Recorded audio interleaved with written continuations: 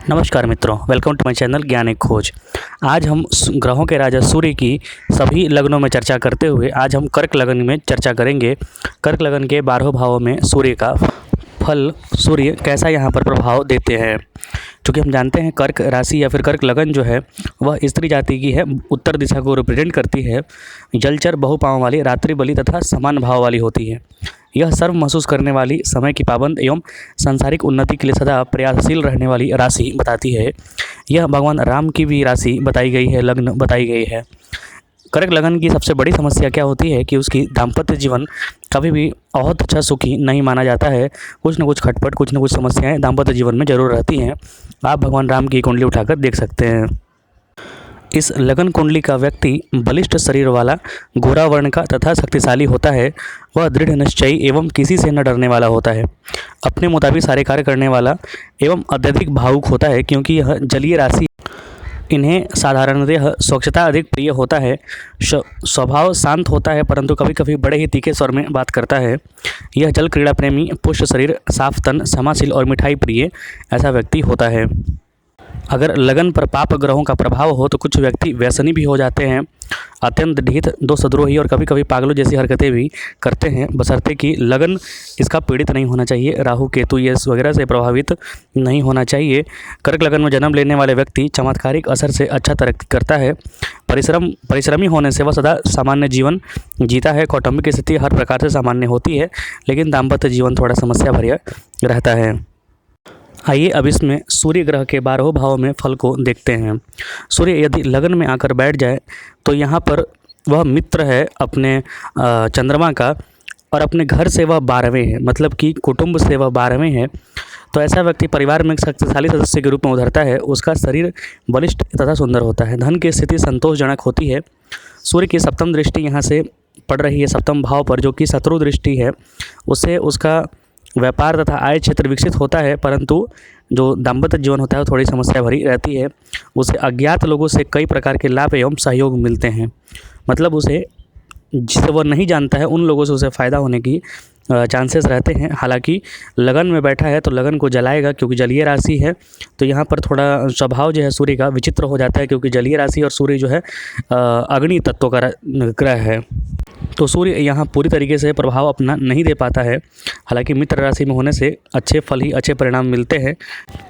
शरीर में कुछ न कुछ असमानता जरूर रहता है, क्योंकि यह अपने कुटुंब भाव से 12वें भाव में बैठा है, और यह सामान्य मार्ग की भी कार्य करेगा। इसका परिवार कुछ बड़ा रहता है, क्योंकि यह कुटुंब भाव का स्वामी आकर लगन में बैठ गया है। तो परिवार बड़ा रहता है, परिवार का मुखिया बनने का यह प्रयत्न करते रहता है व्यक्ति। हालांकि इसके अपने घर में कुछ समस्याएं जरूर हमेशा बनी रहती हैं। सब कुछ होने के बाद भी एक अशांत एवं बेचैन माहौल में यह रहता है। अगर सूर्य अपने घर में चला जाए, मतलब कि द्वितीय भाव में चला जाए, तो यहाँ पर यह अच्छा फल देगा, क्योंकि यह स्वराशि का हो गया है। तो द्वितीय भाव में जाने से एक समृद्ध कुटुंब का निर्माण करता है। कुटुंब का मतलब परिवार होता है। एक समृद्ध परिवार का निर्माण करता है। उसकी आर्थिक स्थिति मजबूत होती है। परिवार शिक्षित तथा खुशहाल होता है। वह समाज में एक सम्मानित व्यक्ति के रूप में अपना स्थान बनाता है। लेकिन अष्टम भाव पर उसकी जो दृष्टि पड़ रही है, सप्तम दृष्टि, तो वो मित्र दृष्टि नहीं पड़ रही है। वहाँ से हानिकारक समय यदा कदा अचानक से कुछ समस्याएँ आने वाली होती हैं। वह जानलेवा दुखों का शिकार भी हो जाता है। उसकी जीवन शैली बिल्कुल बदल जाती है और उसे कठोर कष्टों का भी सामना करना पड़ता है। तो इस प्रकार का अगर फल मिल रहा है तो सूर्य की आराधना जरूर करनी चाहिए। हालांकि धन से, कुटुंब से संबंधित जो चीज़ें हैं, जो फल हैं, वो इसे अच्छी मिलती हैं, बशर्ते सूर्य यहाँ पर पीड़ित नहीं होना चाहिए। सूर्य अगर तीसरे भाव में चले गए, मतलब कि मिथुन राशि में चले गए, तो सूर्य यहाँ पर चूँकि तीसरे में जो भी ग्रह जाता है, पाप ग्रह अगर क्रूर ग्रह जाता है, तो वह अच्छा फल देता है, क्योंकि यह पराक्रम की राशि है, पराक्रम की घर है, साहस का घर है। तो सूर्य यहाँ पर व्यक्ति को साहसी बनाता है। सूर्य के प्रभाव से व्यक्ति का पौरुष, मतलब उसकी अपनी क्षमता ही उसके भाग्य का फैसला करती है। इसीलिए व्यक्ति को पौरुषवान होना चाहिए, हिम्मती होना चाहिए। यहाँ पर कठोर मेहनत के द्वारा उसे अपार धन संपदा का लाभ मिलता है, क्योंकि यह घर द्वितीय से द्वितीय है। किंतु कुछ ग्रह स्थितिवश भाई बहनों के सुख सहयोग में कुछ कमी आ जाती है, क्योंकि सूर्य जहाँ बैठता है वहाँ से जलाता है, वहाँ से हटाता है। सूर्य की सप्तम मित्र दृष्टि जो भाग्य भाव पर पड़ रही है तो व्यक्ति अपने भाग्य का निर्माण स्वयं करता है। वह धर्म कर्म में विशेष दिलचस्पी लेता है और समाज के सभी लोग उसका अनुसरण करते हैं। नेता, प्रवचन देना, भाषण देना यहाँ पर उसे बखूबी आता है। अब सूर्य अगर चौथे घर में मतलब कि तुला राशि में चला जाए, जो कि कर्क लगन की कुंडली है यहाँ पर, तो चौथे घर में जाते ही क्योंकि एक तो सूर्य यहाँ पर नीच का हो जाता है, ऊपर से शुक्र की राशि में बैठा है, मतलब कि शत्रु राशि में बैठा है और नीच होकर बैठा है, तो घर कुटुंब बहुत अच्छा सहयोग नहीं मिल पाता है। कुटुंब मतलब अपने परिवार में उसे चैन सुकून कभी नहीं मिलता।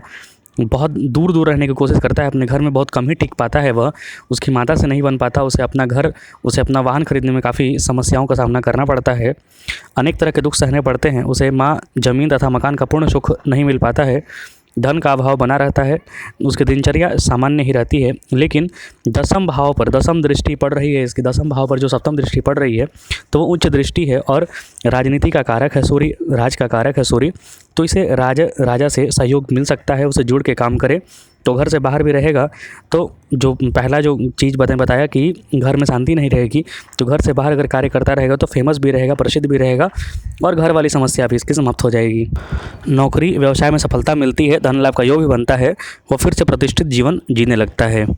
अगर सूर्य आपके पंचम भाव मतलब कि वृश्चिक राशि में जाकर बैठ गया है तो यहाँ स्थित होने से व्यक्ति को केवल एक ही संतान का अत्यधिक सुख मिलता है, और संतान होते भी हैं तो उनसे मनमुटाव रहता है, बाकी संतानें कष्ट पहुँचाती हैं, उसका ज्ञान क्षेत्र विकसित होता है तथा धन लाभ भी देता है। सूर्य की सप्तम दृष्टि पड़ने से जो लाभ वहाँ पर सप्तम दृष्टि पड़ रही है उससे आमदनी में बढ़ोतरी होती है, कई प्रकार की सफलताएँ मिलती हैं और नौकरी व्यापार में सफल होता है। ऐसा व्यक्ति तीव्र दिमाग तथा स्पष्ट वक्ता होता है। क्योंकि यह कालपुरुष की 8वें भाग में चला गया है तो इसे ज्योतिष वगैरह क्षेत्र जो गूढ़ जो विषय होते हैं, ज्ञान होता है, उसमें भी इसे सफलता मिलने के योग बनते हैं। लेकिन चूँकि जहाँ बैठता है सूर्य उसको जलाता है तो यहाँ पर अपने संतान से संबंधित समस्याएं उसे रहने वाली हैं, प्रेम से संबंधित समस्याएं उसे रहने वाली हैं, जीवन में प्रेम का अभाव रहेगा। अगर सूर्य छठे भाव में चला गया मतलब कि रोग रिपु ऋण के भाव में चला गया, जो कि उसकी मित्र राशि है, वहाँ पर धनु राशि है, गुरु की राशि, तो वो यहाँ पर जाकर सहज महसूस करता है क्योंकि सूर्य को किसी से बैर लेने में भी कोई समस्या नहीं होता है, वो शत्रुहंता योग बनाता है यहाँ पर। हालांकि धन संबंधी कुछ समस्याएं यहाँ पर सामना करना पड़ता है व्यक्ति को, पारिवारिक सुख में थोड़ी कमी हो जाती है, लेकिन अपने शत्रु पक्ष पर प्रभाव बनाए रखता है। जाहिर सी बात है, शत्रु पक्ष से अगर योद्धा होगा, वीर योद्धा होगा, दूसरे सेना मिलिट्री वगैरह में जाएगा तो उसे अपने पारिवारिक समस्याएं तो रहेंगी, लेकिन शत्रु पक्ष पर अपना प्रभाव बनाए रखेगा। यहाँ से सप्तम मित्र दृष्टि देख रहा है 12वें भाव पर, तो अज्ञात लोगों द्वारा मतलब बाहरी लोगों द्वारा उसे लाभ मिलता है, उसके व्यय का योग बनता है। वह अपनी उच्च स्थिति सामान्य बनाए रखने के लिए व्यय की चिंता बिल्कुल नहीं करता है, अपने प्रयत्न द्वारा वह समाज में उच्च स्थान प्राप्त करता है। यहाँ पर सूर्य जो है आपको मेधावी बनाता है और जो पेट है, जठराग्नि जो है प्रबल बनाता है, तो व्यक्ति को भोजन अच्छा पचता है, अच्छी मात्रा में वह खाना भी खाता है। अब अगर सूर्य सप्तम भाव में मतलब कि मकर राशि में जाकर बैठ जाए तो यह उसकी अच्छी राशि नहीं मानी जाती है। यहाँ पर सूर्य के प्रभाव से व्यक्ति को कारोबार क्षेत्र में अनेक प्रकार का अभाव होता है, दाम्पत्य जीवन भी उसका काफ़ी खटपट भरा रहता है, दाम्पत्य सुख का काफ़ी अभाव रहता है, उसे अपनी भार्या के कारण कठिन स्थिति में रहना पड़ता है, भार्या के साथ झगड़ा भी लगातार होते रहता है। चूँकि यह द्वितीय मतलब मारक भाव का स्वामी होकर सप्तम भाव मतलब प्रबल मारक में चला गया है, तो शरीर के कई अंगों में कई प्रकार के विकार आ जाते हैं, दोष आ जाते हैं, विशेषकर गुप्तांग में भयानक कष्ट होता है। हालांकि यहाँ से सप्तम दृष्टि मित्र दृष्टि पड़ रहा है लगन पर, तो शरीर बलवान बन जाता है, समाज प्रतिष्ठा मिलती है, और अगर शुभ ग्रहों का प्रभाव मिला, गुरु अच्छा मजबूत रहा, तो भार्या का व्यवहार भी मतलब पत्नी का व्यवहार भी नम्र पड़ जाता है, अच्छा हो जाता है। सूर्य यहाँ पर जातक के शरीर के लिए अच्छा प्रभाव देते हैं, लेकिन सुखों के लिए, भार्या सुख के लिए, दाम्पत्य जीवन के लिए कष्टकर होते हैं। अब सूर्य यदि अष्टम भाव में चले गए मतलब कि कुंभ राशि में चले गए, तो शत्रु शनि राशि में बैठे जाएँ, इस व्यक्ति को मृत्यु तुल्य भयानक रोगों का सामना करना पड़ता है, क्योंकि यह मारक भाव के स्वामी हैं और जाकर अष्टम में बैठ रहे हैं जीवन की राशि में, तो बहुत समस्याओं भयानक रोगों का सामना करना पड़ता है। उनकी प्राचीन धरोहरों द्वारा भी हानि का योग बनता है। ऐसा लोग प्राचीन चीज़ों को इकट्ठा करने में, जमा करने में काफ़ी दिलचस्पी लेता है। सूर्य की सप्तम दृष्टि जो अपने घर पर पड़ रही है तो धन कमाने में कई अड़चनें आती हैं। कौटुंबिक सुख भी बड़ी मुश्किल से मिल पाता है इसे। शरीर में मुख्य रूप से पेट के हिस्से में बड़ा भयंकर रोग होने का योग बनता है। तो सूर्यदेव की आराधना जरूर करनी चाहिए। ऐसा व्यक्ति ऊंचे ठाट बाट से रहना पसंद करता है, इसलिए वह भरसक प्रयत्न करते रहता है। मतलब ठाट बाट शौकीन होता है वो ऊंचा रहने का, लेकिन उसी में कुछ व्यसनी भी हो जाता है, कुछ चीज़ का उसे लत पड़ जाता है। इससे उसकी जीवनचर्या या फिर जो उसका सामान्य जीवन कहें वो खटपट भरा रहता है। तो यहाँ पर वो सब चीज़ें उसे ध्यान में रखनी चाहिए। गुप्त शत्रुओं का भी वहाँ पर भय बना रहता है। अब यदि सूर्य नवम भाव में चले गए, मतलब कि मीन राशि में चले गए, तो यहाँ पर एक बताया गया है, बहुत सारी कुंडलियों में मैंने देखा है और भगवान राम की भी कुंडली में है, भगवान सूर्य जो हैं वो नवम भाव में जाकर बैठे हैं इसी लगन में, तो पिता का सुख बहुत ज़्यादा नहीं मिलता है, पिता का सुख अल्प हो जाता है। पिता बड़े प्रसिद्ध होते हैं, लेकिन बच्चा के जन्म लेने के बाद, जो जातक होता है उस जन्म लेने के बाद उनकी आयु कम हो जाती है। सूर्य के असर से व्यक्ति अत्यंत धार्मिक प्रवृत्ति का हो जाता है। वह उच्च विचार रखता है, भाग्य क्षेत्र में उसे चमत्कारिक सफलता मिलती है। सामाजिक कार्यों तथा सांस्कृतिक कार्यों में विशेष रुझान उसे होता है। सूर्य की सप्तम मित्र दृष्टि पड़ने से व्यक्ति के पराक्रम में बढ़ोतरी होती है, उसे भाई बहनों द्वारा पूर्ण सहयोग मिलता है, भाई बहनों का पूरा विकास भी होता है। सुखी, संपन्न तथा धनी होने से वह स्वार्थी और घमंडी भी कभी कभी हो जाता है। तो ऐसी चीज़ों पर उसे ध्यान देना चाहिए। सूर्य यहाँ पर धार्मिक यात्राएं भी करवाते हैं। कुल मिलाकर अगर पिता संबंधी जो फल मिलने वाले उसे छोड़ दें तो यहाँ पर अच्छा फल मिलता है। जो चाइल्डहुड है, जो बचपन है, वो काफ़ी थोड़ा समस्याग्रस्त कभी कभी हो जाता है। और अधिकांश कुंडलियों मैंने देखा है कि जो इनका चाइल्डहुड होता है वो काफ़ी समस्याग्रस्त होता है। अगर सूर्य यहाँ पर दसम भाव में चले गए, मतलब कि अपने उच्च राशि में चले गए, और चूँकि यहाँ कर्क लगन की कुंडली है और उच्च राशि में सूर्य चले गए, तो काफ़ी अच्छा योग बनता है। शासन प्रशासन में इनका अच्छा धाक रहता है, अच्छे पद पे पहुँच जाते हैं ऐसे व्यक्ति। इन्हें कई प्रकार का लाभ मिलता है, कई परिचितों द्वारा नौकरी या कारोबार में पूर्ण सहयोग मिलता है, उसके सामाजिक मान सम्मान में बढ़ोतरी होती है। हालांकि यह सप्तम नीच दृष्टि से देख रहा है चतुर्थ भाव को, तो घरेलू सुख सुविधाओं में कमी बनी रहती है। उसे पिता, भूमि, संपत्ति तथा भवन आदि का पूर्ण सहयोग नहीं मिल पाता है, लेकिन वह स्वयं के लिए काफ़ी प्रसिद्ध होता है, स्वयं के दम पर काफ़ी आगे बढ़ जाता है। क्योंकि उच्च राशि में है तो उसे अपने घमंड, जो अभिमान होता है, उसे त्यागना चाहिए। सर्वथा त्याज्य है ये सब घमंड, जो अभिमान है, वरना आप समस्या में फंस जाएंगे। यहाँ पर काफ़ी उच्च पद मिलने का भी योग बना रहता है और जीवन के प्रारंभिक क्षणों में ही ये काफ़ी सफल भी हो जाते हैं ऐसे व्यक्ति। सूर्य का यहाँ पर अच्छा फल बताया गया है। प्रायः देखा जाता है कि सूर्य अगर अच्छा फल दे रहा है तो व्यक्ति स्वयं उत्थान करता है, लेकिन उसके परिवार वाले थोड़े समस्या में चले जाते हैं। जाहिर सी बात है कि अगर वह प्रसिद्ध होगा, इधर उधर जाते रहेगा, तो परिवार को ज़्यादा समय नहीं दे पाएगा। अगर सूर्य एकादश भाव में चले गए, 11वें घर में सूर्य के माफ़ कीजिए शुक्र की राशि में, तो यहाँ पर 11वें भाव में सारे जो पाप ग्रह होते हैं, क्रूर ग्रह होते हैं, वो अच्छे फल देते हैं। व्यक्ति की आर्थिक स्थिति सुधरने लगती है, उसे धन लाभ मिलता है, लेकिन वह पारिवारिक सुख में कमी महसूस करता है। सूर्य की सप्तम दृष्टि बढ़ रही है पंचम भाव पर, तो उच्च शिक्षा प्राप्त करता है, संतान का भी उसे भरपूर लाभ मिलता है। संतान उसके अच्छा व्यवहार भी करते हैं और अच्छा नाम भी कमा लेते हैं। वह समाज में अच्छा मान सम्मान प्रतिष्ठा पाता है।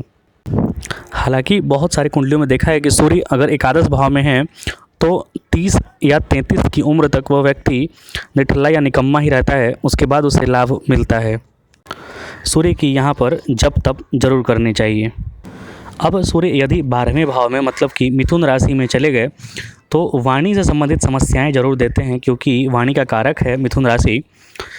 और यहाँ पर अगर सूर्य बैठे तो व्यक्ति को अनेक प्रकार के धन संबंधी लाभ मिलते हैं, लेकिन खर्चों की अधिकता बड़ी रहती है।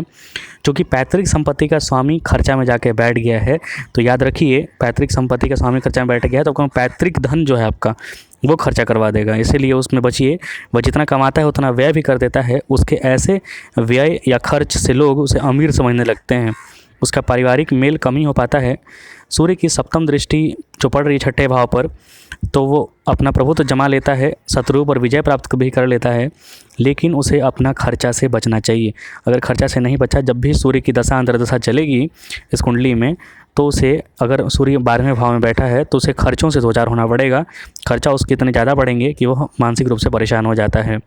तो ये सूर्य के 12 भावों में, मतलब कर्क लगन के 12 भावों में फल थे। इस प्रकार मिल आप इसी सीरीज के और सारे वीडियो, जिसमें कि मेष लगन, वृष लगन और मिथुन लगन का वीडियो जो मैंने डाला है, आप उसे देखिए और अपना मत जरूर रखिए।